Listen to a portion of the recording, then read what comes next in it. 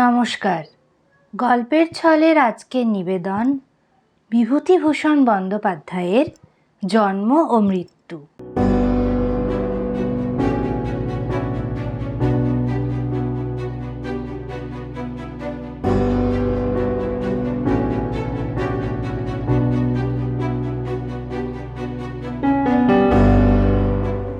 শুরু করছি আজকের গল্প বিভূতিভূষণ বন্দ্যোপাধ্যায়ের জন্ম ও মৃত্যু। জীবনের মাঝে মাঝে বেশ চমৎকার ব্যাপার ঘটে। ভেবে দেখবার ও উপভোগ করবার জিনিস হিসেবে সেগুলোর মূল্য বড় কম নয়। সম্প্রতি আমার অভিজ্ঞতার গণ্ডির মধ্যেই এমনই একটা ঘটনা এসে পড়েছিল। ঠিক একটা ঘটনা না বলে বরং তাকে দুটো ঘটনার সমষ্টিই বলা যেতে পারে। মধুপুরে একটা বাড়ি ভাড়া করবার দরকার ছিল। এক জায়গায় সন্ধান পেলাম। ভবানীপুরের এক ভদ্রলোকের বাড়ি আছে মধুপুরে এবং তিনি সেটা ভাড়া দেবেন। সকালবেলা তার ওখানে গেলাম। বেলা তখন 10টা। ভবানীপুরে ভদ্রলোক যে বাড়িতে থাকেন তা বেশ বড় বাড়ি। বাইরে সুসজ্জিত বৈঠকখানা, কিন্তু তিনি তখন বৈঠকখানার পাশে একটা ছোট ঘরের তক্তাপোষের ওপর বসে গুড়গুড়ির নল মুখে দিয়ে তামাক খাচ্ছিলেন।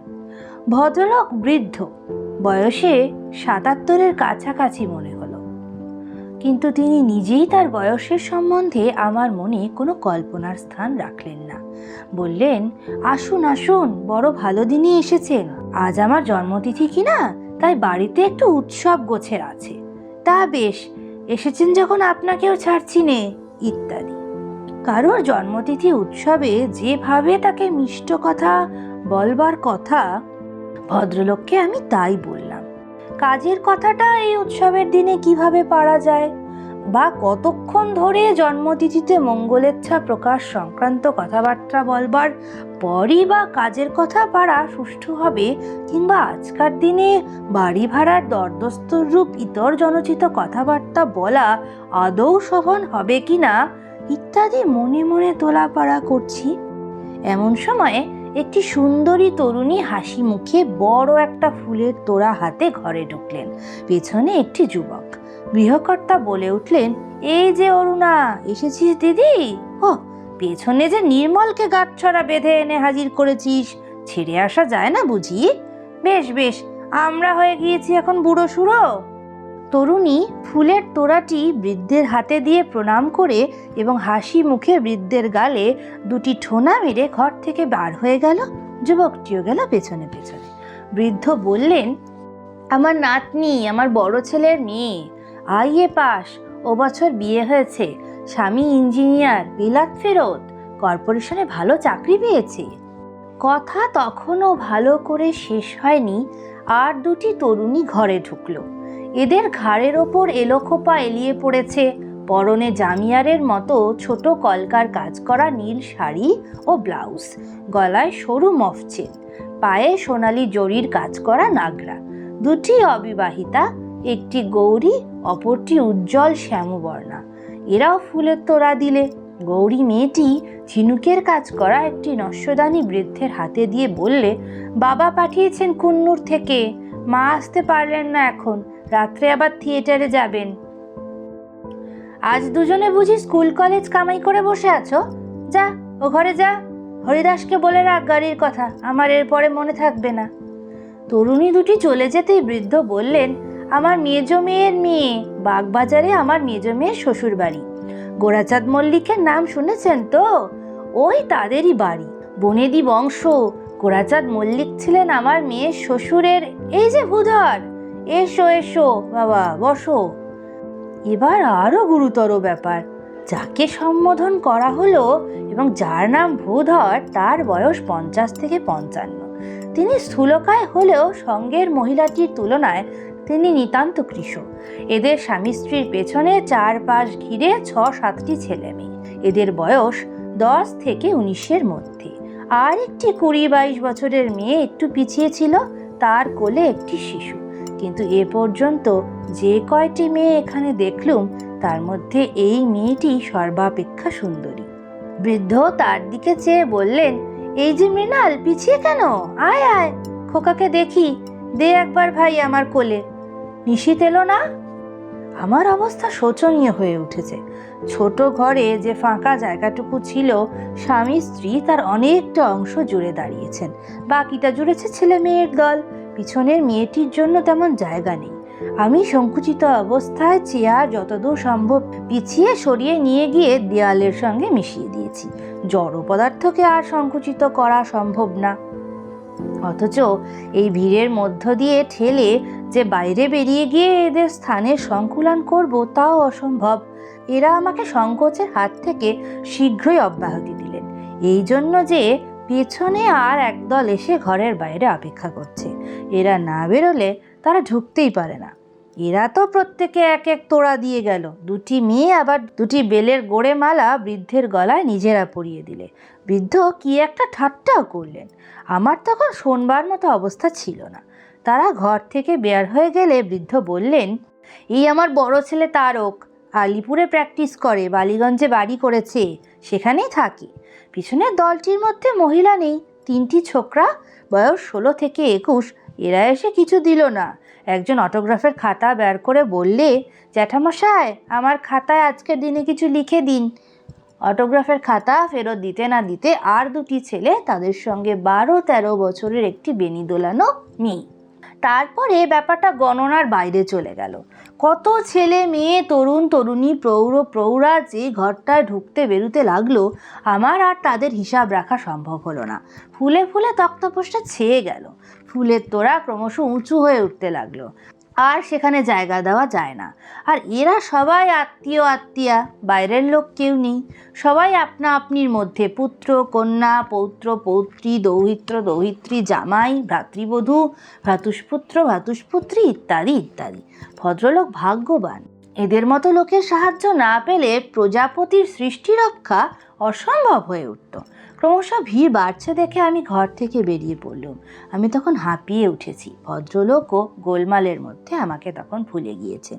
আমি তখন বাড়ির বাইরে এসে হাঁপ ছেড়ে বাঁচি। বাড়ির সামনের গলিতে সার বন্দি মোটর দাঁড়ানো, সেখানে ধরেনি। গলি ছাপিয়ে মোটরের সারি বড় রাস্তায় এসে পৌঁছেছে। বিয়ে বাড়িতেও এত মোটর জমে কিনা সন্দেহ। গলি পার হয়েই বড় রাস্তার মোড়ে নিবারণ মিত্রের সঙ্গে দেখা। সে আমার পরিচিত বন্ধু। সেজে গুজে সিল্কের পাঞ্জাবি, সুরওয়ালা নাগরা পরে তাকে ব্যস্ত সমস্তভাবে গলিতে ঢুকতে উদ্যত দেখে বললুম, ওহে, তুমিও কি বিশ্বনাথবাবুর বাড়ি যাচ্ছ নাকি? হ্যাঁ, কেন বলো তো? তুমি বিশ্বনাথবাবুকে চিনলে কি করে?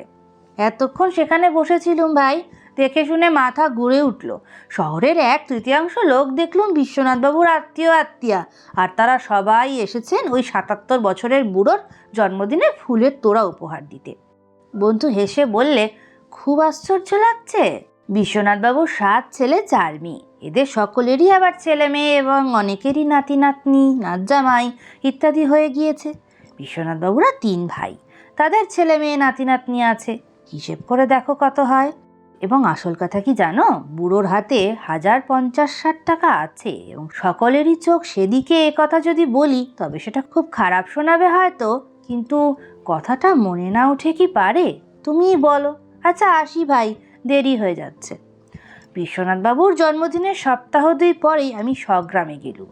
বলা আবশ্যক যে আমার গ্রামের সঙ্গে আমার সম্পর্ক খুব বেশি নয়। সেখানে বছরে একবার যাওয়াও ঘটে কিনা সন্দেহ। বাড়ি গিয়ে শুনলুম গ্রামের বৃদ্ধা শশী ঠাকুরুন মারা গিয়েছেন। শশী ঠাকুরুনের বয়স যে কত হয়েছিল তা বলা শক্ত। কেউ বলে 90, কেউ বলে 100-র কাছাকাছি হবে। আমরা মোটের ওপর তাকে আমাদের বাল্যকাল থেকে অতি বৃদ্ধাই দেখে আসছি। বয়সের যে গণ্ডি পার হয়ে গেলে মানুষের আকৃতির পরিবর্তন আর চেনার উপায় থাকে না। শশী ঠাকুরুন আমাদের বাল্যেই সেই গণ্ডি পার হয়েছিলেন। শশী ঠাকুরুনের 4 ছেলে 3 মেয়ে। বড় ছেলেটি ছাড়া আর সকলেই বিদেশে চাকরি করে। বড় ছেলে তেমন লেখাপড়া না জানার দরুন দেশে থেকে সামান্য কি কাজকর্ম করে, তার অবস্থা ভালো নয়। অনেকগুলো ছেলেমেয়ে নিয়ে বড় কষ্ট পায়। ভাইরা পৃথক, কেউ কাউকে সাহায্য করে না। কর্মস্থান থেকে দেশেও কেউ আসে না। শশী ঠাকুরুনের কষ্টের অবধি ছিল না। একটা চালা ঘরে ইদানিং তিনি পড়ে থাকতেন। বড় ছেলেই তার ভরণ পোষণ করতো বটে, কিন্তু তেমন আগ্রহ করে করতো না। অর্থাৎ তার মনের মধ্যে এই ভাবটা জেগে রইত, যে মা তো আমার একার নয়, সকলেরই তো কিছু কিছু সাহায্য করা উচিত মাকে। তারা যদি না করে আমিই বা কেন এত দায় ঘাড়ে করতে যাই? শশী ঠাকুরের অন্য ছেলেরা কখনো সন্ধান নিত না। বুড়ি বাঁচলো কি মলো, অথচ তাদের সকলেরই অবস্থা ভালো, মাইনে কেউই মন্দ পায় না। শহরে স্ত্রী পুত্র নিয়ে থাকে। বড় ভাইয়ের পত্রের জবাব দিত তাদের নিজেদেরই অচল হয়েছে, শহরের খরচ থেকে বাঁচিয়ে বাড়িতে কি করে পাঠায়। বাড়িতে বিষয় সম্পত্তি তো রয়েছে, তার আয় থেকে তো মায়ের চলা উচিত ইত্যাদি। কিন্তু বিষয় সম্পত্তি এমন কিছুই না যার আয় থেকে বেকার বড় ছেলের একপাল পোষ্য ও শশী ঠাকুরনের ভরণ পোষণ ভালোভাবে চলে। বুড়ি খেতেই পেত না। ইদানিং আবার তার ছেলে মানুষের মতো লোভ দেখা দিয়েছিল, বিশেষ করে মিষ্টি জিনিস খাবার। আমি সেবার যখন দেশে যাই, বুড়ি দেখি একটা কঞ্চির লাঠি হাতে মুখুজ্জে পাড়ার মোড়ে বেলতলায় বসে। আমায় দেখে বললে, কুঞ্জ এলি নাকি? হ্যাঁ ঠাকমা। এখানে বসে কেন? এই বাদা বষ্টম খাবার বেচতে যাবে, তাই বসে আছি তার জন্য। বাতাসা কিনবো, ভিজিয়ে খাই। তা বেশ, বসুন। ভালো আছেন তো? আমাদের আবার ভালো থাকা থাকি, তুমিও যেমন দাদা। খেতেই পাইনে, বাদার কাছে 4 পয়সা ধার হয়েছে, আর সে ধার দিতে চায় না। সিধুর কাছে আর কত চাইব, সে নিজের ছেলে পিলে নিয়েই আতান্তরে পড়ে আছে। আহা, বাছার আমার মুখ দেখলে বুক ফেটে যায়।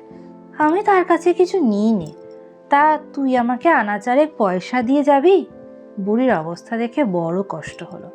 পকেট থেকে একটা টাকা বের করে তার হাতে দিয়ে বললাম, এখন রাখুন ঠাকমা, যখন যা দরকার হয় আমি যতদিন বাড়ি থাকি দিয়ে যাব আপনাকে। বুড়ি অবাক হয়ে গেল। আনন্দে বিস্ময়ে সে যেন প্রথমটা বুঝতেই পারলে না আমি কি তাকে সত্যি একটা গোটা টাকা দিলুম। পরের বছর পুজোর কিছু আগে দেশে গিয়েছি। বুড়ি দেখি আমাদের বাড়ির সামনের বাতাবি লেবুর তলার পথটা দিয়ে যাচ্ছে, হাতে একটা কাঁসার জামবাটি। আমায় দেখে বললে, কখন বাড়ি এলি? বললুম, কাল এসেছি ঠাকমা। বাটি হাতে কোথায় গিয়েছিলেন? আর বলিস নে দাদা, বাটিটা নাপিত বাড়ি নিয়ে গিয়েছিলাম, ওরা যদি কেনে। আমার দিন তো আর চলে না, হাতে মোটে পয়সা নেই। সিধু খুলনে গিয়েছে, আর 4-5 দিন। বাড়ি একেবারে অচল, ছেলেপিলেগুলো খেতে পায় না, এমন অবস্থা। তা বাটিটা বিক্রি করে আর কদিন যাবে ঠাকমা? তবু যে কদিন যায়। তা ওরা নিলে না, বলে এখন নগদ দিতে পারবো না। ধারে বাটি দিলে আমার কি করে চলে ভাই বলো তো? একটু গুড় খেতে পাচ্ছি নে।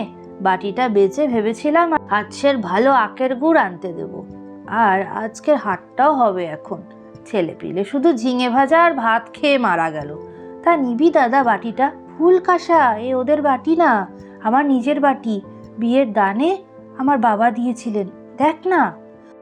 শহরে থাকি, অনেক সময় কাঁচা পয়সা রোজগার করি। পাড়াগাঁয়ে যে এত পয়সার কষ্ট তা ভেবে দেখিনি। আমায় অন্যমনস্ক দেখে বুড়ি ভাবলে বোধহয় বাটি কেনবার ইচ্ছা নেই আমার।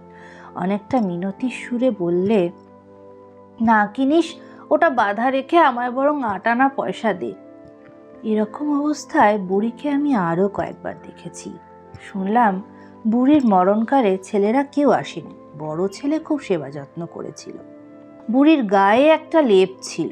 মরণের ঘণ্টা 2 আগে বুড়ি পুত্রবধূকে বলেছিল, বৌমা লেপটা সরিয়ে নাও, 4-5 টাকা দামের লেপটা, আমি বাঁচব না। তখন তো ওটা আমার সঙ্গে ফেলে দিতে হবে, ও গেলে আর হবে না বৌমা। আহা, কোথায় পাবে সিধু যে আবার 4-5 টাকা খরচ করে লেপ বানাবে? শীতকালে বাছারা আমার আদুর গায়ে কাটাবে তাহলে। আরও খানিক পরে বুড়ি ছেলেকে ডেকে বললে, দেখ সিধু, একটা কথা বলি শোন। আমার শ্রাদ্ধে বেশি কিছু খরচপত্র করতে যাসনে যেন। বিধু, মণি, শরৎ ওরা কেউ কিছু হয়তো দেবে না। তুই একা পাবি কোথায় যে খরচ করবি? নম করে অমনি 5টি ব্রাহ্মণ খাইয়ে দিবি। আর ওরা যদি কেউ কিছু পাঠায়, তাও সব টাকা খরচ করিস নি, হাতে কিছু রাখবি। এরপরে তো ছেলেপিলেরা খেয়ে বাঁচবে। শুনলাম শশী ঠাকুরনের ছেলেরা সবাই বাড়ি এসেছে ও খুব ঘটা করে মায়ের শ্রাদ্ধ করছে। বেড়াতে বেড়াতে ওদের বাড়ির দিকে গেলাম। সামনের উঠানে নারিকেলের ডাল পুঁতে বৃষৎসর্গ শ্রাদ্ধের মণ্ডপ তৈরি করা হয়েছে। মণ্ডপের সামনে শামিয়ানা টাঙানো। গ্রামের অনেকেই সেখানে উপস্থিত। সেজ ছেলে গোপেশ্বর কাছা গলায় গ্রামের বৃদ্ধ চৌধুরী মহাশয়ের সঙ্গে আফিসে নতুন লোক ঢোকানো আজকাল যে কত অসম্ভব হয়েছে সে সম্বন্ধে কি বলছে। গোপেশ্বরের বয়স ৪৫ ছাড়িয়েছে, রেলের অডিট অফিসে বড় চাকুরি করে। চৌধুরী মহাশয় বোধহয় তাকে কারো চাকুরির জন্য বলে থাকবেন। কথার ভাবে তাই মনে হলো। আগে অনেক ঢুকিয়েছি কাকাবাবু, সিমসন গিয়ে পর্যন্ত আর সেই সুবিধা নেই। সিমসন সাহেব আমি যা বলেছি তাই করেছে। এখন পোস্ট খালি হলে সব তলায় তলায় ঠিক হয়ে যায়। আপিসের আর সেদিন নেই। শুনলাম গোপেশ্বর রিটায়ার করার পরে প্রভিডেন্ট ফান্ডের দরুন প্রায় ১৮-১৯ হাজার টাকা পাবে। হাওড়ায় না বরানগরে জমি কিনেছে, সেইখানেই বাড়ি করবে। আজ ১০-১১ বছর পর সে দেশে এসেছে। মায়ের মৃত্যু না ঘটলে আরও কতদিন আসতো না তাই বা কে জানে। ওদের বাড়ির মধ্যে ঢুকে আমি অবাক হয়ে দাঁড়িয়ে রইলাম। এদের বাড়িতে যে এত ছেলে মেয়ে, বউ, ঝি চাকর আছে তা চোখে না দেখলে বিশ্বাস করবার জো ছিল না। মেজো সেজো ছোট ছেলের বউয়েরা এসেছে, তাদের ছেলে মেয়ে নাতি নাতনিতে বাড়ি ভর্তি। খুব ছোটবেলায় যে মেয়েদের দেখেছিলাম হয়তো অনেকের সঙ্গে খেলাও করেছি। তাদের বিয়ে হয়ে ছেলে পিলে হয়ে গিয়েছে, অনেকের স্বামীরাও এসেছে। তবু তো বুড়ির বড় মেয়ে অনেক দূরে থাকে বলে আসতে পারেনি। অপর দুই মেয়ে, তাদের ছেলে মেয়েরা এসেছে। সবাই ব্যস্ত সমস্ত। এখানে তরকারি কোটা হচ্ছে, ওখানে জিনিসের পর্দ হচ্ছে। বাড়িময় ছেলে মেয়েদের চিৎকার, হাসি, ছোটাছুটি। মেয়েরা এ ওকে ডাকছে, মায়েরা ছেলেপিলেদের বকছে। কুয়োতলায় বড় বড় পেতলের গামলা মাজার শব্দ। বাড়ি শুদ্ধ সবাই শশব্যস্ত। কারো হাতে এক দণ্ড সময় নেই। ওরে ও ঝি, রেনুর গায়ের জামাটা ছাড়িয়ে নিয়ে কেচে দে না বাপু, কতক্ষণ থেকে বলছি। আমার কি সব সময় সব কথা মনে থাকে? ও কমলা, হেলে দুলে বেড়াচ্ছ মা, ততক্ষণ পানগুলো তুমি আর বিনা নিয়ে ধুয়ে ফেলো না, এরপর আর সময় পাবে? কি কি আবার মোর্চা ডেকে ছোট বউ?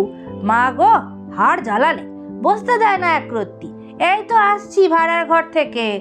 একটি ১৭-১৮ বছরের সুন্দরী মেয়ে দালানে ঢুকবার দরজার একপাশে একটি স্টোভ ধরাবার চেষ্টা করছে। আমি পাশ কাটিয়ে দালানের মধ্যে ঢুকে দেখি মেজ ছেলে বীরেশ্বর ও তার বউয়ে ঝগড়া হচ্ছে। মেজ ছেলে কোন জমিদারি স্টেটের ম্যানেজার, বয়স ৫০-এর ওপর। তার স্ত্রীকে আগে কৃষাঙ্গী দেখেছি, আজ ৮-৯ বছর দেখিনি। এত মোটা হয়েছেন যে এরই মধ্যে প্রথমটা যেন চিনতেই পারি না। হাতে মোটা সোনার বালা ও অনন্ত, গলায় ছিকলি হার। তিনি স্বামীকে বলছেন, ও ঘরে আমি থাকতে পারবো না, এই ভিড়, তাতে ও ঘরে খিল নেই। আমার মেয়ের গায়ে এক গা গয়না, কাজের বাড়ি, লোকের ভিড়, বিশ্বাস আছে কাউকে? তাতে এই পাড়াগা জায়গা। বাবা, ভালোই ভালোই কাজ মিটিয়ে এখন এখান থেকে বেরোতে পারলে বাঁচি। কাল সারা রাত মশায় খেয়েছে।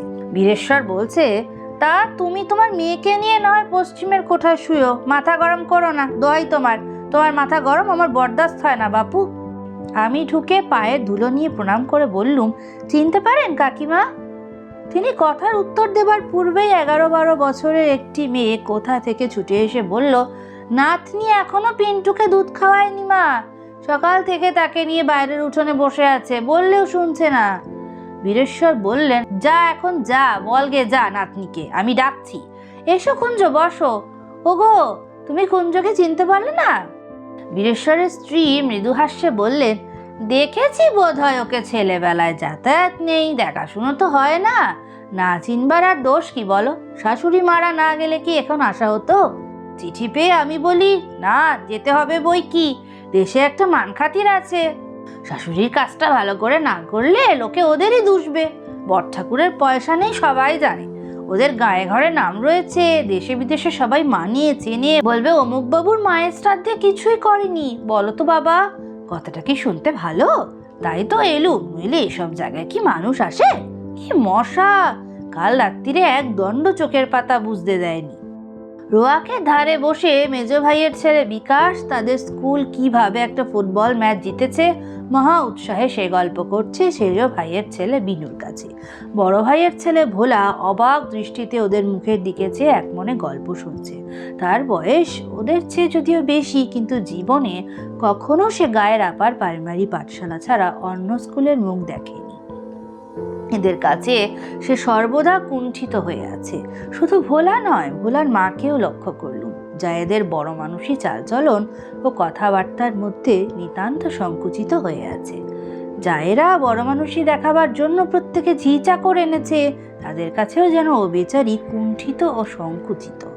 হঠাৎ কোথা থেকে বিকাশের ছোট দিদি আরতি ঝড়ের মতো এসে বললে, এই যে এখানে বসে গল্প হচ্ছে ছেলের, ওদিকে কাকিমা দিদি সব ডেকে ডেকে হয়রান, চা হয়ে গেছে, খেয়ে এসে সবার মাথা কেন, যাও। ওকে দেখেই আমার একটা ছবি মনে এসে গেল।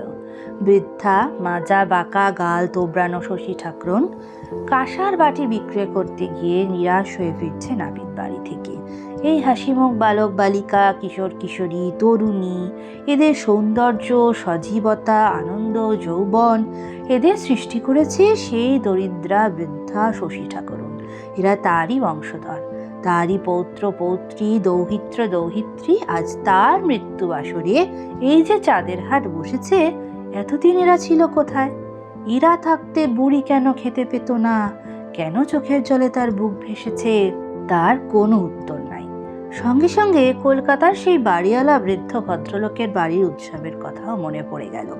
এই রকমই অগণিত পুত্র, কন্যা, পৌত্র, দৌহিত্রী, দৌহিত্রর ভিড় দেখেছি সেখানেও। সবই সেই রকম, কেবল সেটা ছিল জন্মতিথি উৎসব। জন্মতিথি যার, তার বয়স শশী ঠাকুরনের মতোই প্রায়। শুনলেন আজকের গল্প বিভূতিভূষণ বন্দ্যোপাধ্যায়ের জন্ম ও মৃত্যু।